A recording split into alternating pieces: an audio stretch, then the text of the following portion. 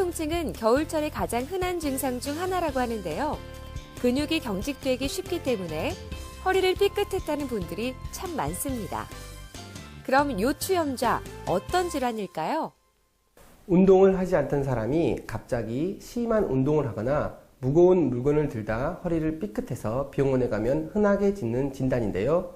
허리를 과도하게 구부리거나 펼 때, 임신 등으로 몸무게가 갑자기 늘 때, 척추 주위의 근육들이나 인대에 지나치게 힘이 들어가게 됩니다. 허리의 무리한 동작으로 갑작스럽게 척추 주변의 인대나 근육이 늘어나거나 파열되는 경우를 급성연자라 하고, 이 상태가 만성적으로 반복되면 만성요부염자라 하겠습니다. 허리에 통증이 생기면 대부분 허리 디스크가 생긴 건 아닌지 걱정을 하시는데요. 하지만 요통으로 병원을 찾아온 환자 10명 중 9명은 단순 요통 환자라고 합니다.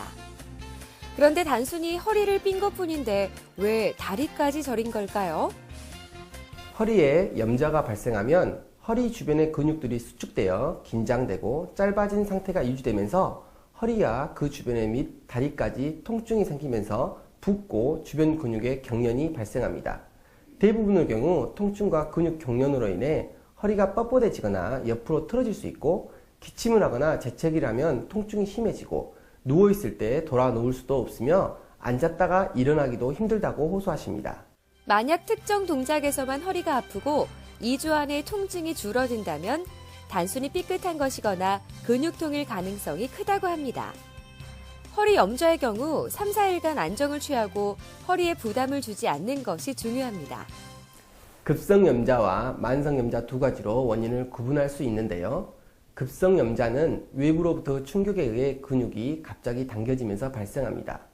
근육과 인대의 일부가 찢어지기도 하지만 근육은 반사적으로 수축되어 긴장이 증가된 상태를 유지합니다.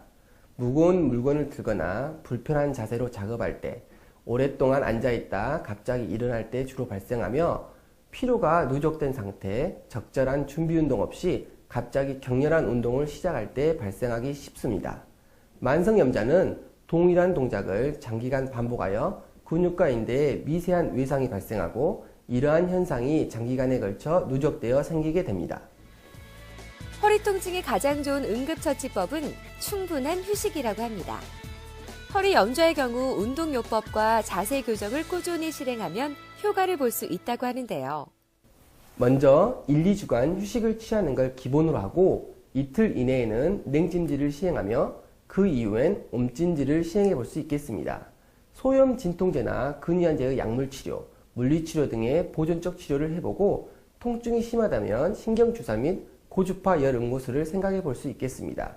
만약 증세가 악화되거나 증상이 3개월 이상 지속된다면 병원에 오셔서 정밀검사를 시행해 보시는 것이 좋겠습니다.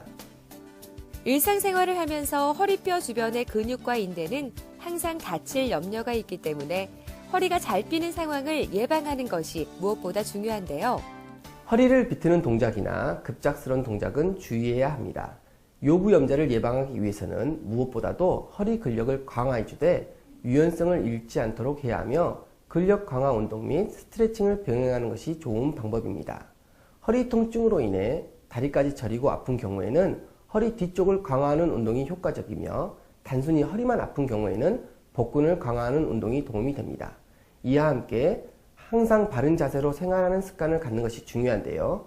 의자에 앉을 때도 의자에 기대어 걸터 앉지 말고 똑바로 허리를 펴고 앉으며, 물건을 들 때도 가급적 물건을 가슴 쪽에 붙여서 들도록 합니다. 이 밖에 수영이나 자전거 타기, 조깅, 등산, 요가 등의 운동이 도움이 되겠습니다.